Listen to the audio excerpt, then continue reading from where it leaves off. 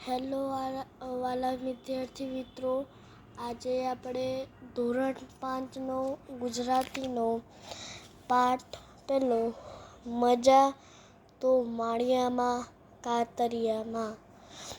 હવે એની પ્રવૃત્તિ નંબર 1, ગાઈએ ગીતકા. તો ચલો એક ગીતકા ગાઈએ. ખદુક ઘોડા ખદુક, ખદુક ઘોડા ખદુક, ખદુક ઘોડા ખદુક, મારો સાથ પાખો પાખડિયો ઉડતો ઉડતો ચાલે કેવો, કેડી નહીં ત્યારે કેડી પાકે જડ, જંગલમાં એવો ખદુક ઘોડા ખદુક, ખદુક ઘોડા ખદુક, ખદુક ઘોડા ખદુક, માગે એના ખાવા પીવાનું, માગે એ ના ચારો, હુકુમ કરો ને કરો સવારી, પણ નો નહીં ઉધારો, ખદુક ઘોડા ખદુક, ખદુક ઘોડા ખદુક, જાય તપે એ ખેતર પાડ, જાય ટપે એ ડુંગર માન ધણું, અસવાર તણું જે રાજાનો છે કુર, ખદુક ઘોડા ખદુક, ખદુક ઘોડા ખદુક. આના કવિ છે રમણદાસ સોની. હવે પ્રવૃત્તિ નંબર 2, વાંચો અને ભર્યો એટલે જોડી કાર્ય. ચલો એ તમને સમજાવી દઈએ. આયાત ભેંસુનું પૂંછડું પકડીને કેમ ઊભો છે, ટૂંકું ગરોળીને જેમ આની પૂંછડી છૂટી પડી જાય કે કેમ એ ચકાસું છું.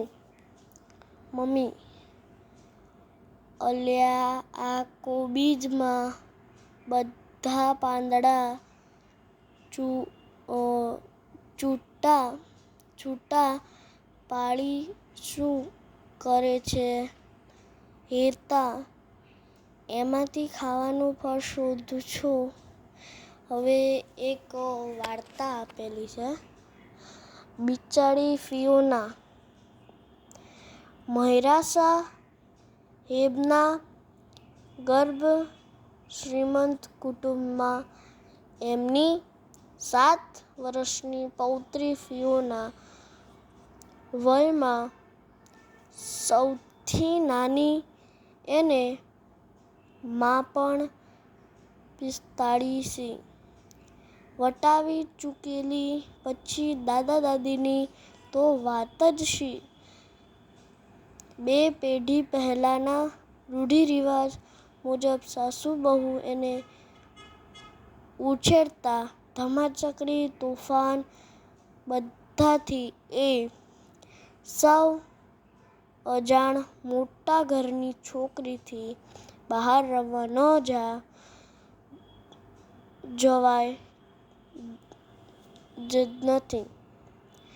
એને સૌથી વધુ દોસ્તી દાદા અને દી. આખાની રામ કહાણી એ દાદાને સંભળાવતી. દાદાનું બહેરાપણું એના બબડાટની આટે કદી હોતું આવતું. ફિયોના ઓ ફિયોના, ફિયોના ઓ ફિયોના, ખાસ એને સાંભળમાં રાખવામાં આવે. આ ધીણ ફ્યોની આયાની આવી બૂમ સાંભળી ફિયોના કપાડી. બસ આટલે સુધી રાખીએ વિદ્યાર્થી મિત્રો. પછી કાલનું આપણે જોઈશું. ઓકે.